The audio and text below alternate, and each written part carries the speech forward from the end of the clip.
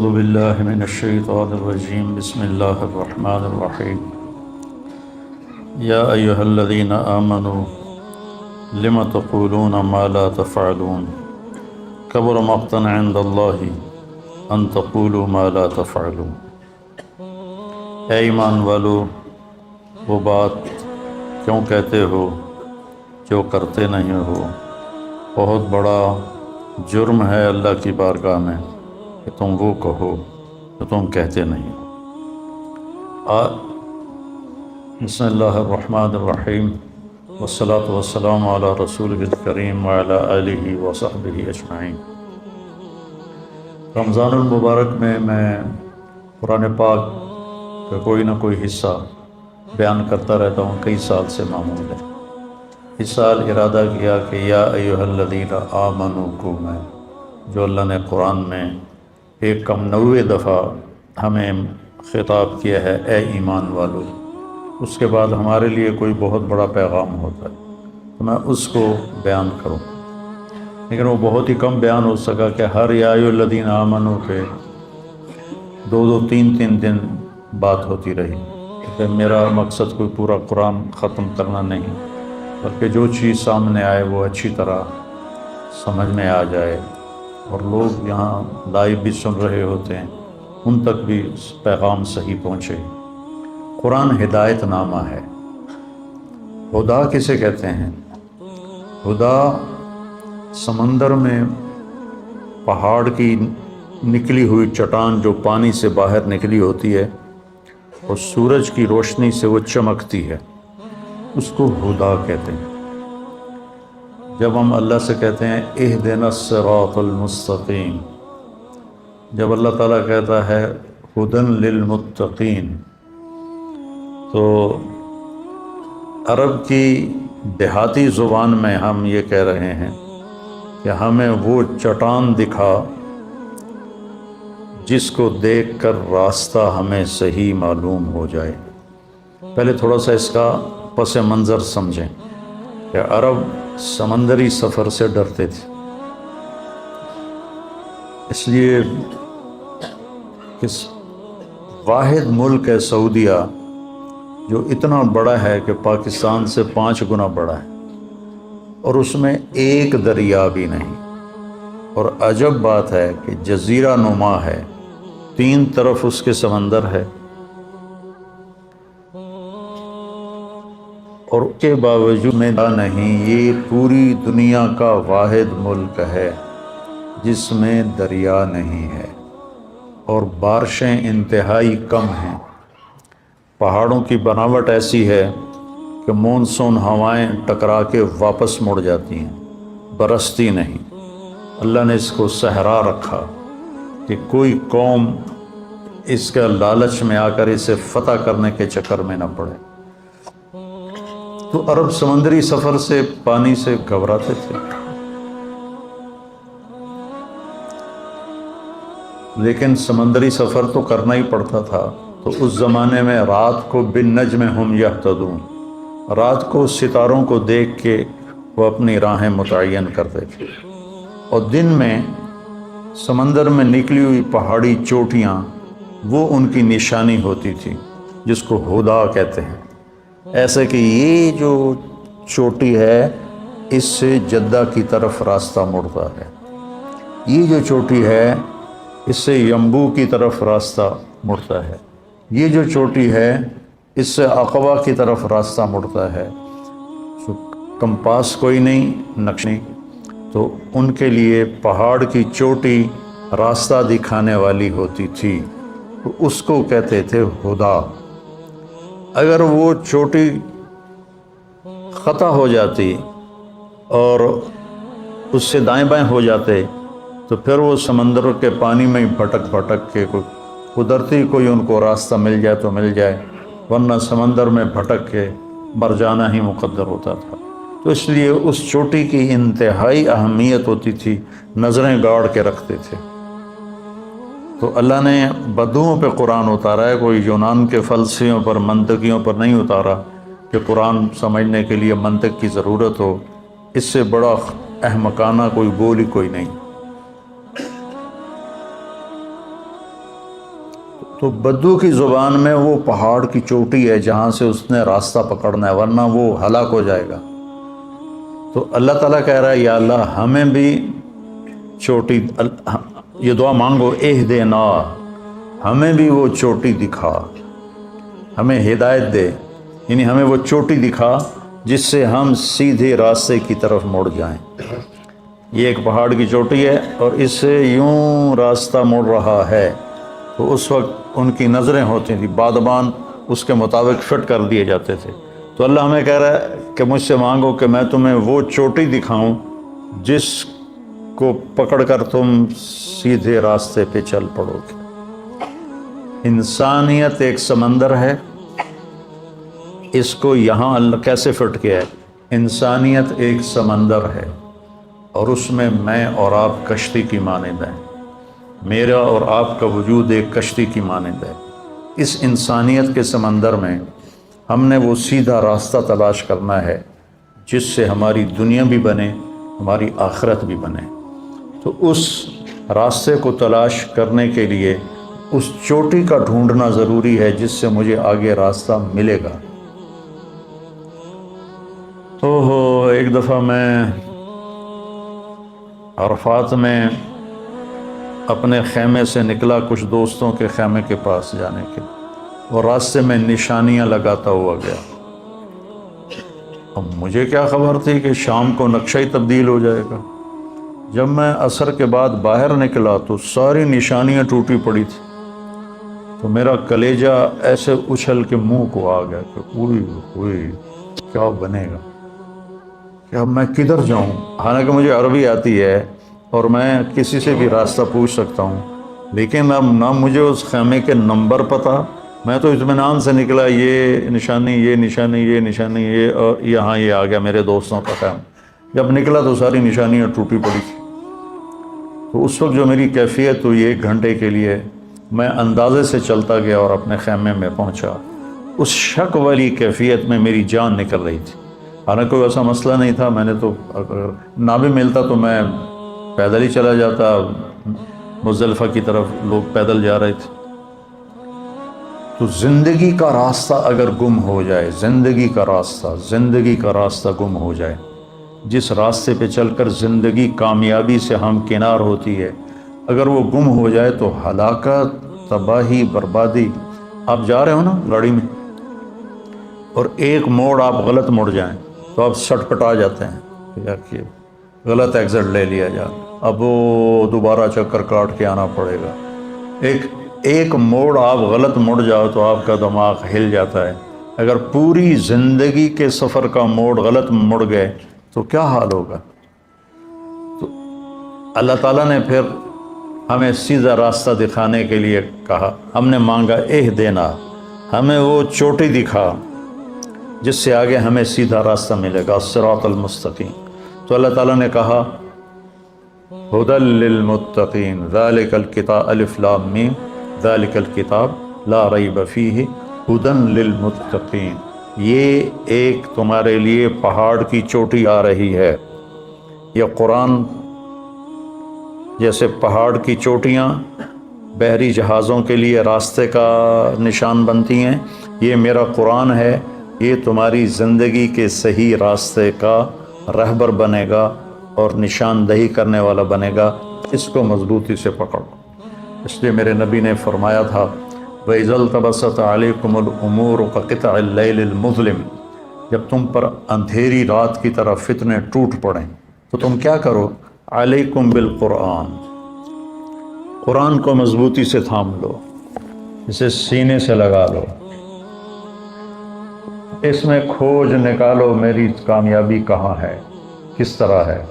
فَإِنَّهُ مَاحِلٌ مُصَدَّقٌ وَشَافِعٌ مُشَفَّعٌ، جس کے بارے میں یہ سفارش کرے گا وہ کامیاب ہوگا، جس کے بارے میں یہ جھگڑا کرے گا وہ ہلاک و برباد ہو جائے گا۔ تو قرآن ہے ہدا، یہ وہ پہاڑ کی چوٹی ہے جس سے ہمیں صراط مستقیم ملے گا، جو ہم نے کہا تھا صراط الذین انعمت علیہم، جن پر تیرا انعام ہوا ان لوگوں کا ہمیں راستہ بتا۔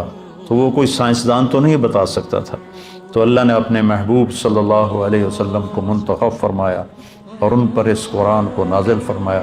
پہلے آسمانی کتابیں اترتی تھیں تو آسمان کے دروازے بند نہیں کیے جاتے تھے، کھلے رہتے تھے، شیطان اوپر جاتے تھے، آسمان کے فرشتوں کی باتیں سن کر جھوٹی سچی ملا کر کاہنوں کو بتاتے تھے۔ لیکن جب قرآن اترنا شروع ہوا تو آسمان کے دروازے بند کر دیے گئے۔ انا كنا نقعد منها مقاعد للسمع فمن يستمع الآن يجد له شهابا رصدا ولا ندري اشر اريد بمن في الارض ام اراد بهم ربهم رشدا، کہ شیطانوں نے آ کے بڑے شیطان سے کہا کہ مارے گئے، پہلے تو آسمانوں پہ جاتے تھے تو دروازے کھلے ہوتے تھے، ہم کوئی نہ کوئی شد بد سن لیتے تھے، اب تو وہاں پہرا لگ گیا ہے اور جو قریب جاتا ہے اس کو آگ کا انگارہ پڑتا ہے، وہ خاکستر ہو جاتا ہے، راکھ ہو جاتا ہے، یہ کیا ہوا ہے؟ تو شیطان نے کہا کہ چکر لگاؤ، کوئی دنیا میں تبدیلی آئی ہے۔ تو پھر نصیبین عراق کا ایک شہر ہے، وہاں کے جنات کی ایک جماعت کا گزر ہوا مکہ سے، تو آپ ایک وادی میں کھڑے قرآن پڑھ رہے تھے۔ وَإِذْ صَرَفْنَا إِلَيْكَ نَفَرًا مِّنَ الْجِنِّ يَسْتَمِعُونَ الْقُرْآنَ قُلْ أُوحِيَ إِلَيَّ أَنَّهُ اسْتَمَعَ نَفَرٌ مِّنَ الْجِنِّ، تو جنات نے قرآن سنا تو ان کا اوہو، یہ ہے وہ لگتا ہے بڑا واقعہ جس کی وجہ سے آسمان کے دروازے بند ہو گئے۔ پہلی کتابوں کو لکھوایا گیا، اللہ نے لکھوایا فرشتوں کے ذریعے سے، تورات لکھوائی گئی، زبور لکھوائی گئی، انجیل بائبل لکھوائی گئی اور اتار دی گئی۔ یہ اللہ کی زبان سے نکلا ہوا کلام نہیں ہے، تورات، زبور، انجیل یہ لکھا ہوا کلام ہے، اس لیے یہ تبدیل ہو گیا، اس میں خود اس مذہب والوں نے تبدیلیاں کر دیں، اور زبور تو ویسے ہی مٹ گئی، اس کا کوئی نشانی کوئی نہیں، اور باقی ساری کتابوں کے ترجمے موجود ہیں، اصل زبان میں جو کتاب تھی وہ نہیں ہے۔ قرآن اللہ کا کلام بھی ہے اور اللہ کی کتاب بھی ہے، باقی کتابیں اللہ کی کتاب ہیں، اللہ کا کلام نہیں۔ اللہ کی زبان سے تورات ادا نہیں ہوئی، اللہ کی زبان سے زبور ادا نہیں ہوئی، اللہ کی زبان سے انجیل ادا نہیں ہوئی۔ اگر اللہ کی زبان سے ادا ہوتی تو یہ بھی کبھی مٹ نہ سکتی، نہ کوئی انہیں تبدیل کر سکتا، جیسے قرآن کو کوئی آج تک بدل نہیں سکا، کوئی تبدیل نہیں کر سکا، اس جیسا کوئی کلام نہیں لا سکا۔ قرآن کا دعویٰ آج تک موجود ہے، قُلْ لَئِنِ اجْتَمَعَتِ الْإِنسُ وَالْجِنُّ عَلَىٰ أَنْ يَأْتُوا بِمِثْلِ هَٰذَا الْقُرْآنِ لَا يَأْتُونَ بِمِثْلِهِ وَلَوْ كَانَ بَعْضُهُمْ لِبَعْضٍ ظَهِيرًا، کہ ساری دنیا کے انسان جنات اکٹھے ہو کر اس جیسا کلام پیش کر دو، تو اللہ کہتا ہے نہیں کر سکتے، چاہے کتنا ہی زور لگا لو، کتنا ہی زور لگا لو، نہیں کر سکتے۔ تو میرے مالک کی زبان سے نکلا ہوا کلام صرف قرآن ہے، قرآن لکھا ہوا نہیں آیا، تورات لکھی ہوئی آئی، زبور لکھی ہوئی آئی، انجیل لکھی ہوئی آئی، قرآن لکھا ہوا نہیں آیا۔ قرآن اللہ نے اپنی زبان سے ادا کیا اور جبریل کو سنایا، جبریل وہاں سے اللہ کے محبوب کے پاس لے کر آئے اور آپ کے دل پر اس کو وارد کیا، اور پھر وہاں سے آپ کی زبان پہ ادا ہوا۔ وَإِنَّهُ لَتَنزِيلُ رَبِّ الْعَالَمِينَ، کس کا کلام ہے؟ رب العالمین کا۔ کون لایا ہے؟ نزل بِهِ روح الامین، جبریل فرشتہ لایا۔ کہاں کس کے پاس لے کر آیا؟ علی قلبک، ہمارے نبی کے دل پر اس کو اتارا ہے، زبان پر نہیں اتارا، دل سے پھر زبان پر آیا۔ کس لیے آیا ہے؟ لتکون من المنذرین، لوگوں کو آخرت کے بارے میں خبردار کرنے کے لیے آیا ہے، اور برے کام کے انجام بتانے کے لیے آیا ہے، اور اچھے کام کے نتیجے بتانے کے لیے آیا ہے۔ کس زبان میں ہے؟ بلسان عربی مبین، خوبصورت واضح عربی زبان میں ہے۔ عربی مبین سے یہ اشارہ ملتا ہے کہ قرآن سمجھنے کے لیے اتنی عربی کا جاننا ضروری ہے کہ بات تم پر کھل جائے۔ صرف ضرب یضرب والی عربی سے قرآن سمجھ میں نہیں آتا، اس کے لیے چاند جوکھوں میں ڈال کے اس زبان کو سیکھنا پڑتا ہے، پھر اللہ تعالیٰ کھول دیتا ہے، جو بھی کوشش کرے گا اللہ اس پہ کھول دے گا۔ تو قرآن اللہ کی کتاب ہے، اللہ کا کلام ہے، باقی کتابیں اللہ کی کتاب ہیں، اللہ کا کلام نہیں ہے۔ قرآن نہ مٹنے کے لیے آیا ہے، اسے کوئی تبدیل نہیں کر سکتا، اس میں کوئی آگے پیچھے نہیں کر سکتا، کوئی آیت آگے اور کوئی آیت پیچھے نہیں کر سکتا، اس کو کوئی ختم نہیں کر سکتا، یہ اٹھا لیا جائے گا۔ ایک رات صبح اٹھیں گے تو قرآن خالی ہوگا، کچھ بھی نہیں ہوگا۔ تو میرے بھائیو، رمضان شریف ختم ہو رہا ہے، 27 کو یہاں چھٹیاں ہو جائیں گی، کل کا دن ہے اور پرسوں کا دن ہے۔ اس قرآن کو اپنے سینے سے لگا لو، اس کا ترجمہ پڑھو یہ کیا کہتا ہے۔ خاص طور پہ مکی صورتیں غور سے پڑھو کہ وہ جھنجھوڑتی ہیں انسانی دماغ کو اور انسانی دل پہ لرزہ طاری کر دینے والی صورتیں ہیں۔ ان کا جو ردم ہے اور ان کی جو موسیقی ہے وہ اتنی طاقتور ہے کہ سمجھ میں نہ آئے تو بھی دل ہلتا ہے۔ اذا الشمس كورت واذا النجوم انكدرت واذا الجبال سجرت واذا العشار عطلت واذا الوحوش حشرت واذا البحار سجرت واذا النفوس زوجت واذا الموءودة سئلت بأي ذنب قتلت واذا الصحف نشرت واذا السماء كشطت واذا الجحيم سعرت واذا الجنة أزلفت علمت نفس ما احضرت اذا السماء انفطرت واذا الكواكب انتثرت واذا البحار فجرت واذا القبور بعثرت علمت نفس ما قدمت واخرت۔ دل دماغ ہلا کہ نہیں ہلا؟ حالانکہ ترجمہ نہیں ہے، مکی صورتوں میں یہ طاقتور کلام ہے، سارا قرآن ہی طاقتور ہے۔ تو میں آپ سب سے کہہ رہا ہوں کہ قرآن کو پڑھو، اس کا ترجمہ پڑھو اور پھر اپنے نبی کی زندگی پڑھو کہ میرے نبی نے زندگی کیسے گزاری۔ ہم جانور ہیں اگر ہمارے سامنے اپنے نبی کی زندگی نہیں ہے۔ ہمارے سامنے اگر پنجابی ثقافت ہے تو ہم جانور ہیں، ہمارے سامنے پشتو ثقافت ہے تو ہم جانور ہیں، ہمارے سامنے سندھی ثقافت ہے تو ہم جانور ہیں، ہمارے سامنے بلوچی ثقافت ہے تو ہم جانور ہیں۔ انسان وہ ہے جو اللہ کے نبی کی تہذیب اور ثقافت کے پیچھے چلنے والا۔ تو یہ تھوڑا سا تمہیداً میں نے بات کی۔ آج ایک آیت آئی ہے جس کے بارے میں بہت ہی غلط فہمیاں پائی جاتی ہیں۔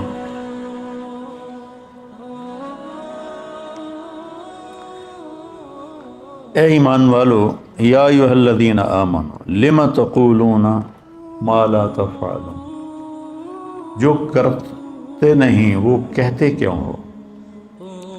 اس آیت سے ایک بہت غلط مفہوم سمجھا جاتا ہے کہ کسی کو اچھائی کی بات کرنے کے لیے ضروری ہے کہ پہلے خود عمل کرو۔ یہ اس آیت کے بارے میں مطلب سمجھا جاتا ہے کہ جب تک خود عمل نہ ہو کسی کو ہم عمل کی دعوت نہیں دے سکتے۔ جب تک میں خود روزے نہیں رکھ رہا میں کسی کو روزہ رکھنے کی دعوت نہیں دے سکتا۔ جب تک میں خود داڑھی نہیں رکھ لیتا میں کسی کو داڑھی رکھنے کی دعوت نہیں دے سکتا۔ جب تک میں خود نماز نہیں پڑھتا میں کسی کو نماز کی دعوت نہیں دے سکتا۔ یہ غلط مفہوم اس آیت کے بارے میں سمجھا جاتا ہے۔ اگلی آیت اس مفہوم کو صاف کرتی ہے۔ اگلا جملہ، کبر مقتا عند اللہ ان تقولوا ما لا تفعلون، بہت بڑا وبال ہے، جرم ہے اللہ کی بارگاہ میں تم وہ کہو جو کہتے نہیں ہو، جو کرتے نہیں ہو۔ اب میں آپ کو ایک مثال دے کے پوچھتا ہوں۔ اللہ کہہ رہا بہت بڑا جرم ہے کہ تم جو کرتے نہیں وہ کہو۔ تو میں ایک مثال دیتا ہوں۔ ایک شرابی کسی دوسرے دوست سے کہتا ہے کہ یار شراب نہ پینا، میں تو پھنس گیا ہوں، شراب نہ پینا۔ تو یہ اس نے گناہ کیا ہے یا کوئی اچھی بات کی ہے؟ بولو۔ ایک باپ نماز نہیں پڑھتا لیکن چاہتا ہے میرے بچے نمازی ہوں تو ان سے کہتا ہے بیٹا نماز پڑھ لیا کر۔ تو یہ گناہ کیا ہے یا کوئی نیکی کا کام کیا ہے؟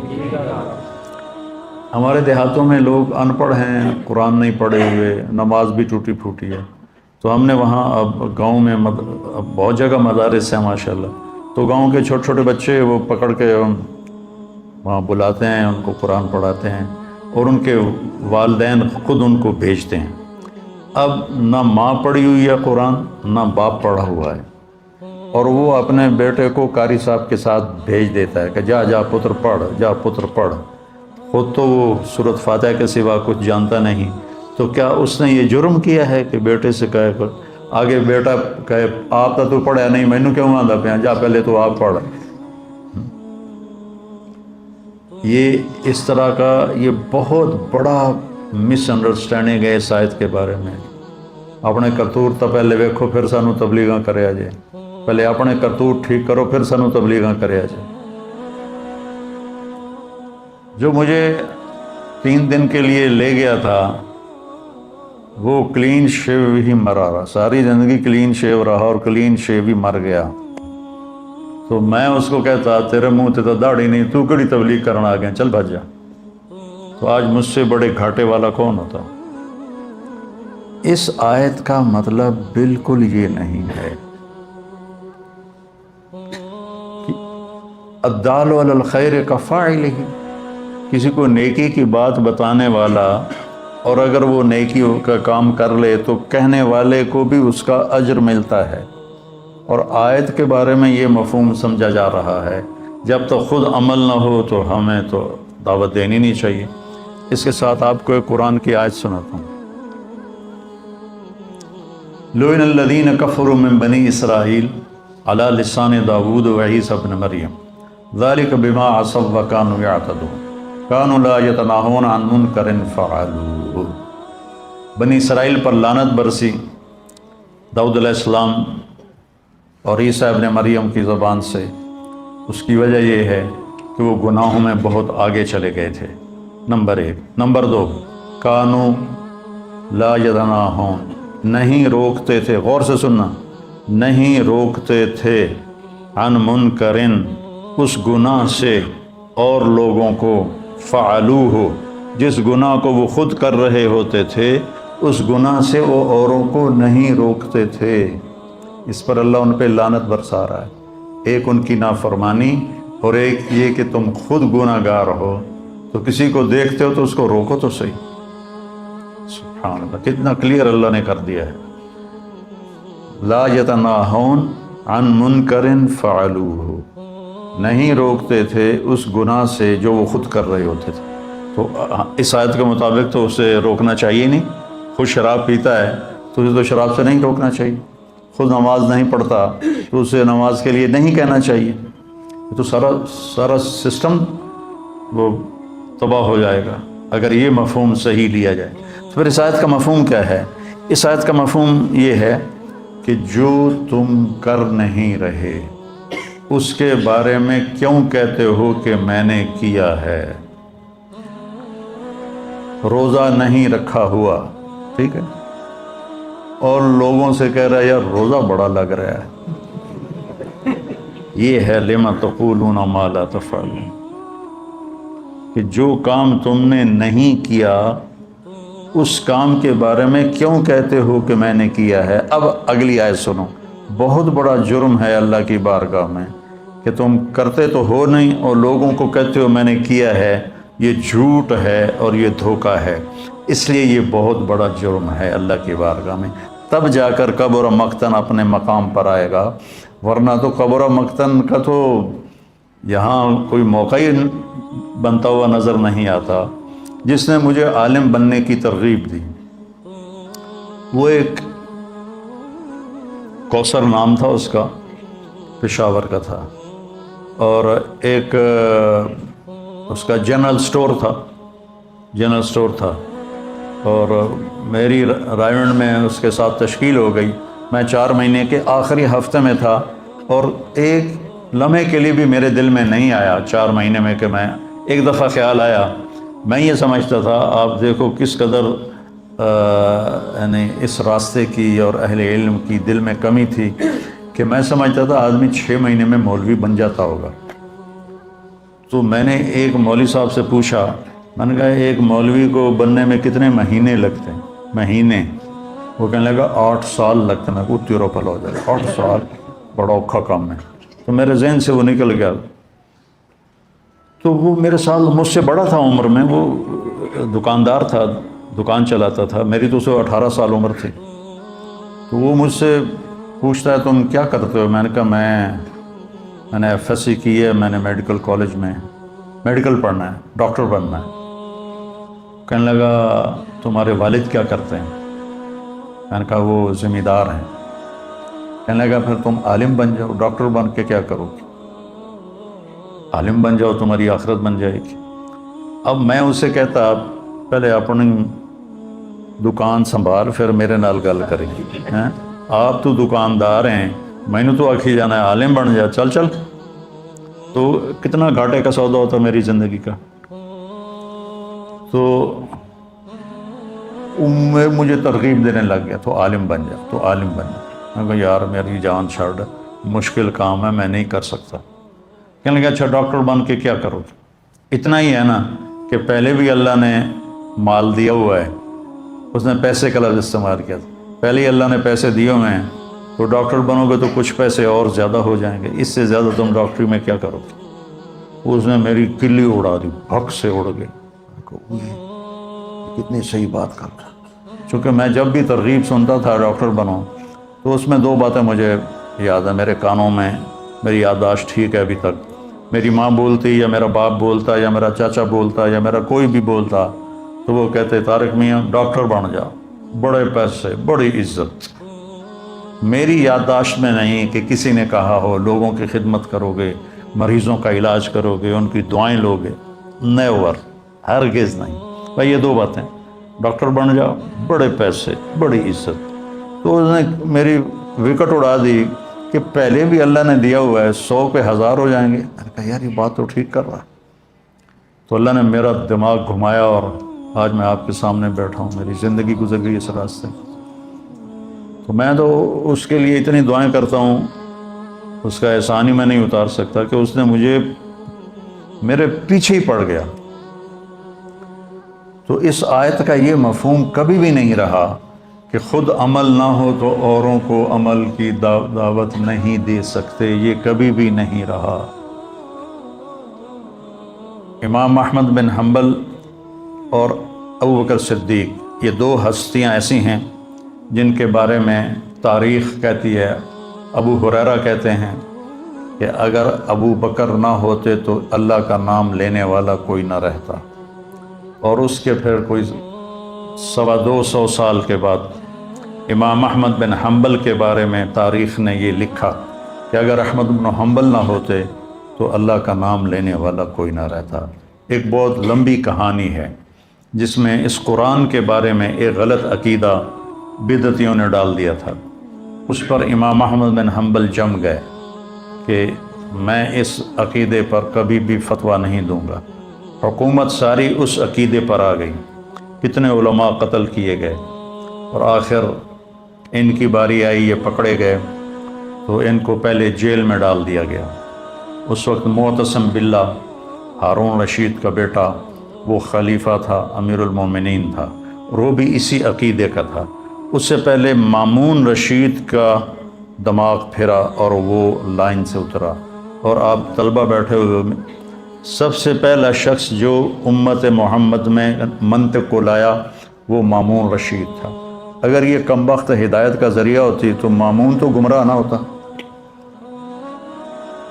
منطقی دلائل سن کر اور وہ قرآن کے مخلوق ہونے کا دعویٰ کر بیٹھا.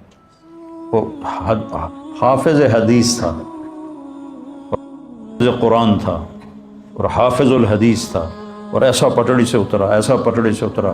کتنے بڑے بڑے علماء اس نے قتل کروائے، اور کتنے سال تک امت اس فتنے سے گزرتی رہی اور مصیبت اٹھاتی رہی. تو سبب اس کا منطق تھی، منطق. تو احمد بن حنبل رحمہ اللہ کو قید کیا گیا اور پھر ایک دن طے ہوا کہ اس کو دربار میں پیش کیا جائے. تو احمد بن حنبل فرماتے ہیں کہ مجھے خیال آیا کہ میں بوڑھا ہو گیا ہوں اور میں یہ حکمرانوں کے کوڑے برداشت نہیں کر سکتا، میں ان کی سزا برداشت نہیں کر سکتا، تو میں بھی جان بچانے کے لیے کہہ دوں گا ٹھیک ہے قرآن مخلوق، کیونکہ جان بچانے کے لیے کلمہ کفر کہنا جائز ہے.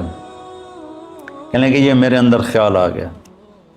جس دن مجھے لے جا رہے تھے دربار میں، بیڑیوں میں اور چھتوں پہ عورتیں اور گلی میں لوگ، اور ایک رش رولا، ایک قداور آدمی مجمع کو چیرتا ہوا آگے آیا.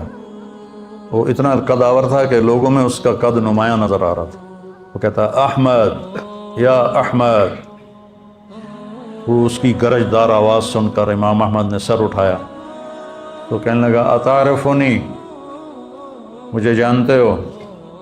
انہوں نے فرمایا نہیں، میں نہیں جانتا۔ کہا ابو الہیثم، انا ابو الہیثم، میں ابو الہیثم ہوں، بغداد کا سب سے بڑا چور۔ یاد رکھو، مجھے اس جرم کی سزا میں 18,000 کوڑے لگ چکے ہیں اب تک، اور میں نے وہ چوری نہیں چھوڑی۔ تم کوڑوں کے ڈر سے حق نہ چھوڑ دینا۔ احمد ابن حنبل فرماتے ہیں اس نے مجھے زندہ کر دیا، میرے اندر لہر دوڑ گئی۔ ایک چور کی دعوت نے امام وقت کو ہدایت کا راستہ دکھا دیا، چور کی دعوت، اور کہہ رہا ہے کہ ابھی تک میں نے چوری نہیں چھوڑی، اور مجھے مختلف اوقات میں جو کوڑے پڑے ہیں 18,000 کوڑے پڑے ہیں، اور میں نے چوری نہیں چھوڑی، دیکھو تم حق نہ چھوڑ دیں۔ تو امام احمد بن حنبل تن گئے، کہنے مجھے اس نے بیٹھے بیٹھے شروع ہو جاتے رحم اللہ ابا الہیثم، رحم اللہ ابا الہیثم، زور زور سے کہنا شروع کرتے اللہ ابو الہیثم پہ رحم فرما۔ ایک دن بیٹے نے پوچھا یہ ابو الہیثم کون ہے؟ آپ نے کبھی بتایا نہیں ہمیں کہ ابو الہیثم کون ہے؟ تو پھر یہ سارا قصہ سنایا جو میں نے آپ کو سنایا، کہ وہ شخص ہے جس نے میرے ایمان کو زندہ کر دیا، اور میں ان کے کوڑے کھانے کے لیے تیار ہو گیا۔ تو پھر وہی ہوا، احمد بن ابی داود ان کا مفتی تھا، اور احمد بن حنبل اہل السنت کے اس وقت ترجمان تھے۔ اس نے کہا یہ میرے نزدیک واجب القتل ہے، اس کا قتل، اس کا خون میرے ذمہ ڈال دو، اسے قتل کر دیا جائے۔